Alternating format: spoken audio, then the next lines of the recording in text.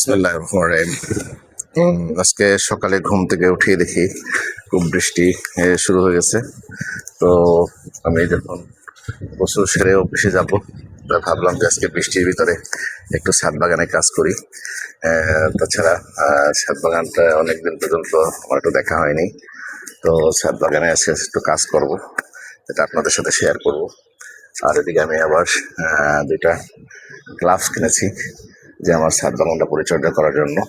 এটা দেখে আবার ভয় পাওয়ার কিছু নেই, এটা প্লাস্টিকের নখ লাগানো, যাতে করে আমার যে নখটা যেন না হয়ে যায়। তো সেক্ষেত্রে আমি এটা কিনলাম যে যাতে একটু পরিষ্কার করতে গেলে আমার হাতটা সুরক্ষিত থাকে। যেহেতু আমি সবসময় কাজ করি না, মাঝে মাঝে একটু ছাদ বাগানে কাজ করি, পরিচর্যা করি, দেখাশোনা করি, তাই আজকে একটু এই হাতটা সুরক্ষিত রাখার জন্য একটু সেই গ্লাসটা নিয়ে আসলাম এবং আমি কাজ করব।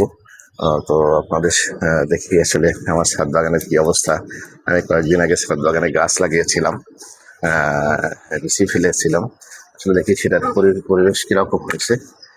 আমি একটু ঢেকে দিয়েছিলাম নেট দিয়া, কারণ এখানে অনেক সময় পাখি এসে আমার গাছগুলো সব খেয়ে ফেলে। তো একটু ঢেকে দিছি যাতে করে তো দেখি আজকে কিছু দেখাবো যে আসলে আমার ছাদ বাগানের পরিবেশটা কিরকম। আর আমি যখন কাজ করব তখন অবশ্যই আমি হাতে একটু গ্লাভস পরে নিব, যাতে করে আমার হাতটা একটু সুরক্ষিত থাকে। তো এটা একটু দেখে আমি দেখি আমার গাছগুলোর কি অবস্থা। তো গাছগুলো এখানে আমি ঢেকে দিয়েছিলাম, দেখছিলাম যে কীরকম হয়। দেখি আজকে একটু সেই জিনিসটা একটু আপনাদেরকে দেখেন।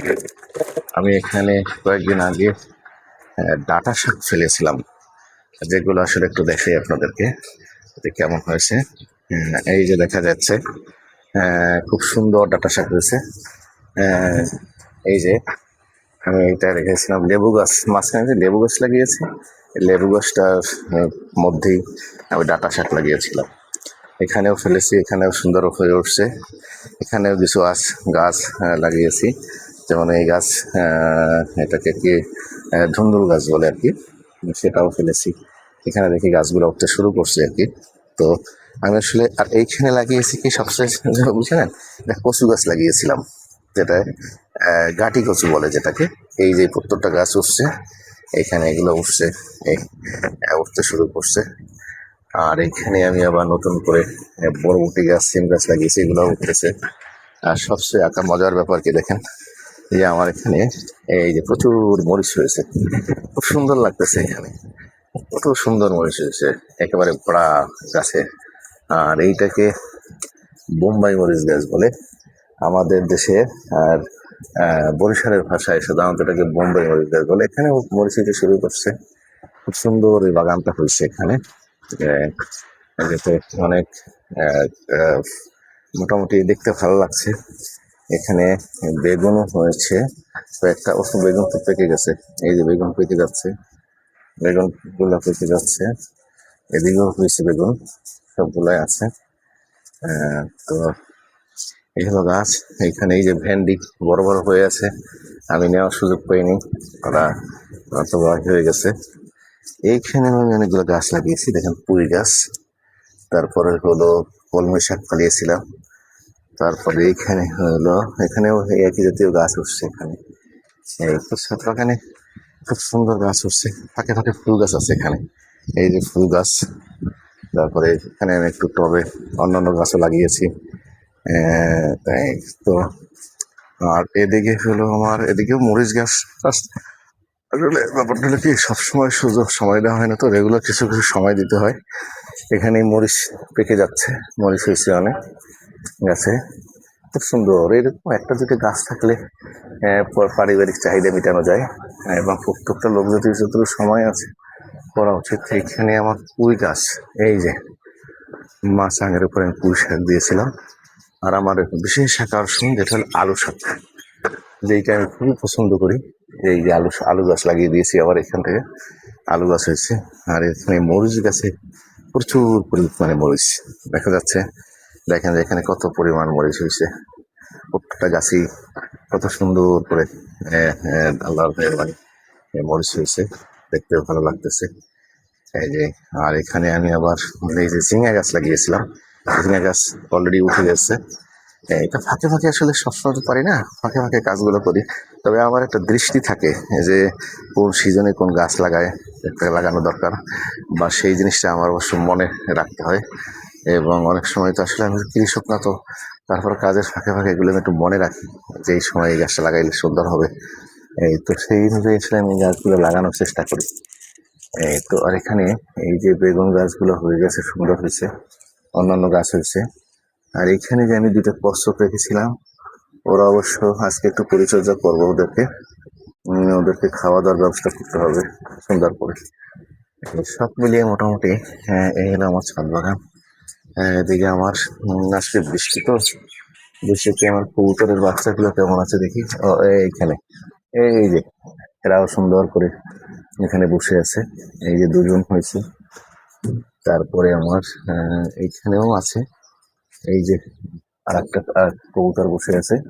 এই যে সে খুব মার মুখী হয়ে যাচ্ছে, কারণ তার বাচ্চা আছে।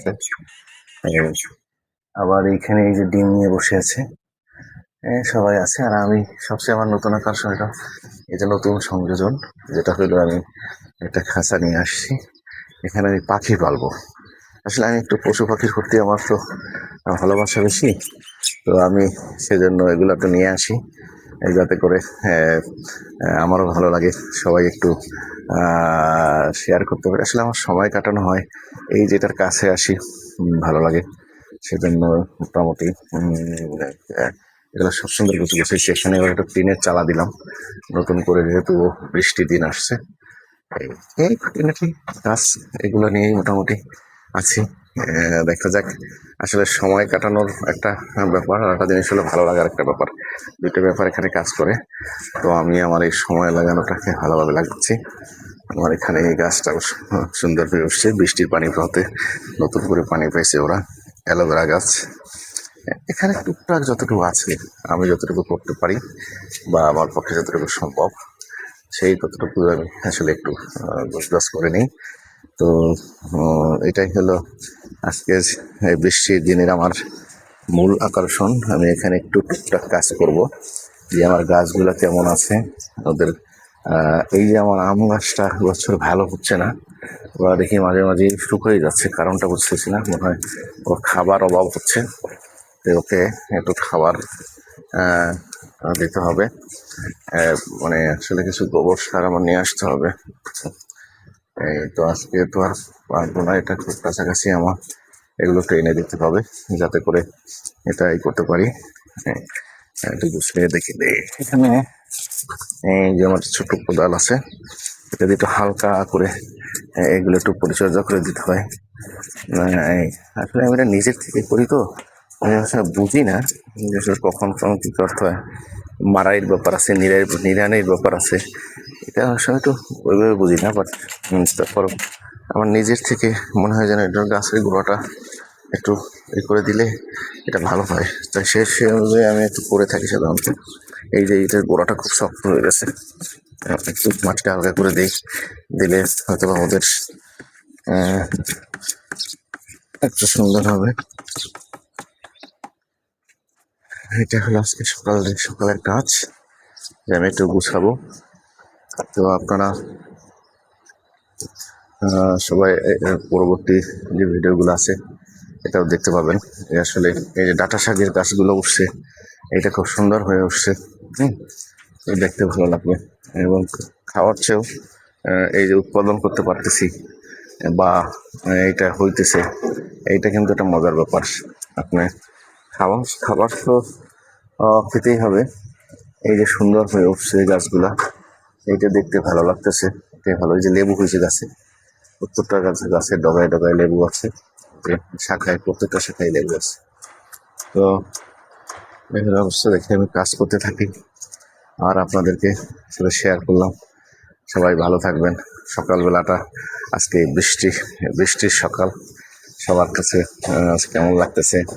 হয়তো বা সবাই এখন কর্মব্যস্ত, অফিসে যাবেন। আমি আসলে আমার অফিস তো অফিস বাসা আমি এক জায়গায় নিয়ে ফেলছি। এটা আল্লাহ তাআলার একটা অশেষ মেহেরবানি। এই যে সকালবেলায় উঠে ফজরের নামাজের পরে উঠে এই বৃষ্টির মধ্যে আমি হালকা বৃষ্টিতে ভিজলাম এবং একটু কাজ করলাম। আমার বাগানের পরিচর্যা হয়ে গেল, পরিচর্যা করলাম। তো এটা আসলে এটা করে নিতে হয়। আমি চেষ্টা করে কষ্ট করে এইভাবে করে নিছি যাতে করে আমার সব দিকটা ঠিক থাকে। এই যে ফজরের নামাজের পরে ছাদে উঠলাম, একটু কাজ করলাম।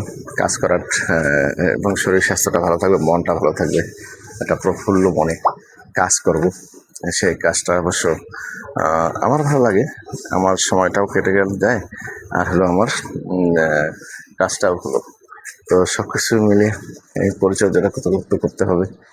এই নিজের পরিশ্রমটাকে সুন্দর করে যাতে পরিশ্রম না, এটা আমি আমার সময়টাকে আমি সুন্দর করে দিলাম।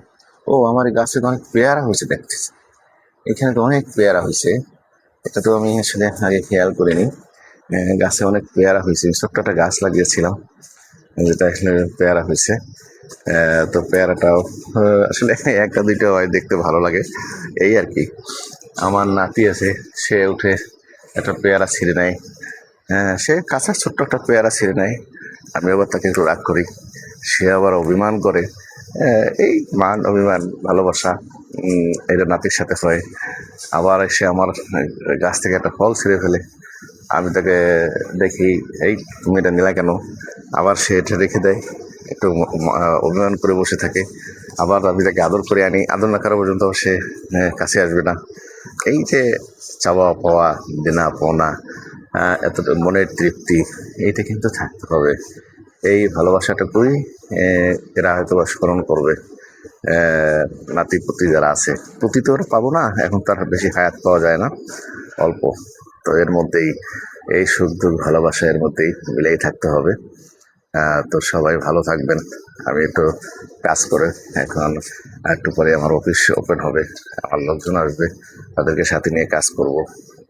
আমি এখনও ব্যবসাটার হাল ছাড়িনি, ব্যবসা করতেছি। তো ফাঁকে এই কাজকর্ম করি, আপনাদেরকে একটু সাথে শেয়ার করি। ভালো লাগে, ভালো লাগা থেকেই তো ভালোবাসা হয়। তো যদি ভালো লাগে সাথে থাকুন, দেখতে থাকুন যে আসলে আমাদের জীবনযাত্রা কেমন হওয়া উচিত, আমারটা কেমন। আপনাদের ভালো লাগলে অবশ্যই কমেন্ট করবেন, খারাপ লাগলে পরামর্শ দেবেন। এটাই তো এটাই আসলে হওয়া উচিত, যে সবসময় প্রশংসা দরকার নেই। আমার খারাপ দিকটা, ভালো দিকটা যেটা আছে সেটা আপনারাই করবেন। না আমি আপনাদের সাথে শেয়ার করি যে না আসলে এই বৃষ্টির সকালে মনের ভাবটা প্রকাশ করলাম। আপনাদের ভালো লাগবে কিনা জানি না, এটা আমার ভালো লাগতেছে। বৃষ্টির মধ্যে একটু দাঁড়িয়ে আছি, ছাদের মধ্যে বৃষ্টি পড়তেছে, সেখানে দাঁড়িয়ে আছি, আমি একটু গাছের পাশে দাঁড়িয়ে আছি, একটু কাজ করতেছি। একটা কৃষক কত কষ্ট করে বৃষ্টির মধ্যে, আগে আমরা দেখতাম প্রচণ্ড বৃষ্টি, তার মধ্যে ওই কৃষক ভিজে ভিজে ভিজে ভিজে কাজ করে।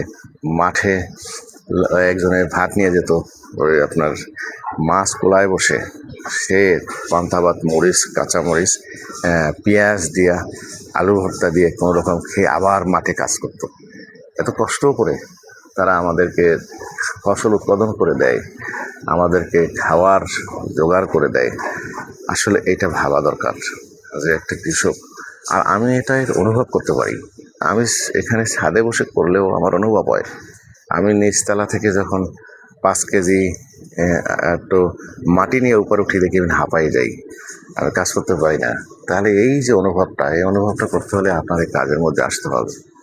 একজন কৃষককে মূল্য দিতে হলে আমার মনে হয় এই দেশের একজন কৃষক হলো সম্মান পাওয়ার অধিকার, সর্বোচ্চ সম্মান সে পাওয়া উচিত। যে না একজন কৃষক কত কষ্ট করে এই ফসলটা ফলায়, এবং আমরা এটা অনুভব তখনই আপনি করতে পারবেন যখন আপনি এর সাথে সংশ্লিষ্ট হবেন। এজন্য আপনার ছোটোখাটো কাজ করা উচিত আমার মনে হয়।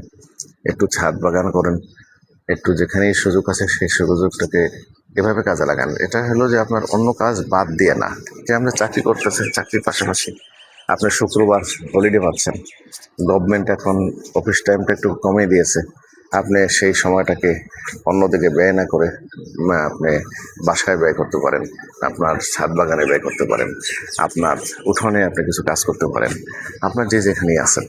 আর আমাদের দেশের শিক্ষাগত পেশাটা তো হলো অনেকে শিক্ষক টিচার আছেন, প্রত্যেক টিচারের উচিত পাশাপাশি এরকম যদি তারা কাজ করে, তারা তাদের পরিবারটাকে কিছুটা দিতে পারে, তাহলে তাদের একটু বাড়তি আয়ের ব্যবস্থা হলো। এখানে কিছুই না, আমি আমার এখানে 3-4টা মরিচ গাছ লাগিয়েছি, প্রচুর পরিমাণে মরিচ হয়েছে, প্রচুর পরিমাণে, যেটা আমার চাহিদাটা অবশ্যই মিটে যায়, এটা বললেই হবে না। আমার ছোট্ট একটা ফ্যামিলি, 3-4জনের ফ্যামিলি, দেখেন কি পরিমাণ হয়েছে এবং কত হয়েছে, এটা আমার পরিবারের চাহিদা মিটে যায়। সুতরাং এখানে এরকম যদি কিছু করে, কিছুই না, বেশি কষ্ট লাগে না, আমরা ডেইলি বা সপ্তাহে 1-2 দিন টাইম দেন তাহলে হয়ে যাবে। এই যে দেখেন এখানে কি সুন্দর আলু শাক হয়েছে, এই আলু শাকটা আমি খাই, এটা মাছের পাশে দিলে, ছোট মাছের পাশে অল্প কটা দিলে খুব ভালো লাগবে এটা। হ্যাঁ, এটার ভিটামিনের উপকারিতা আমি জানি না।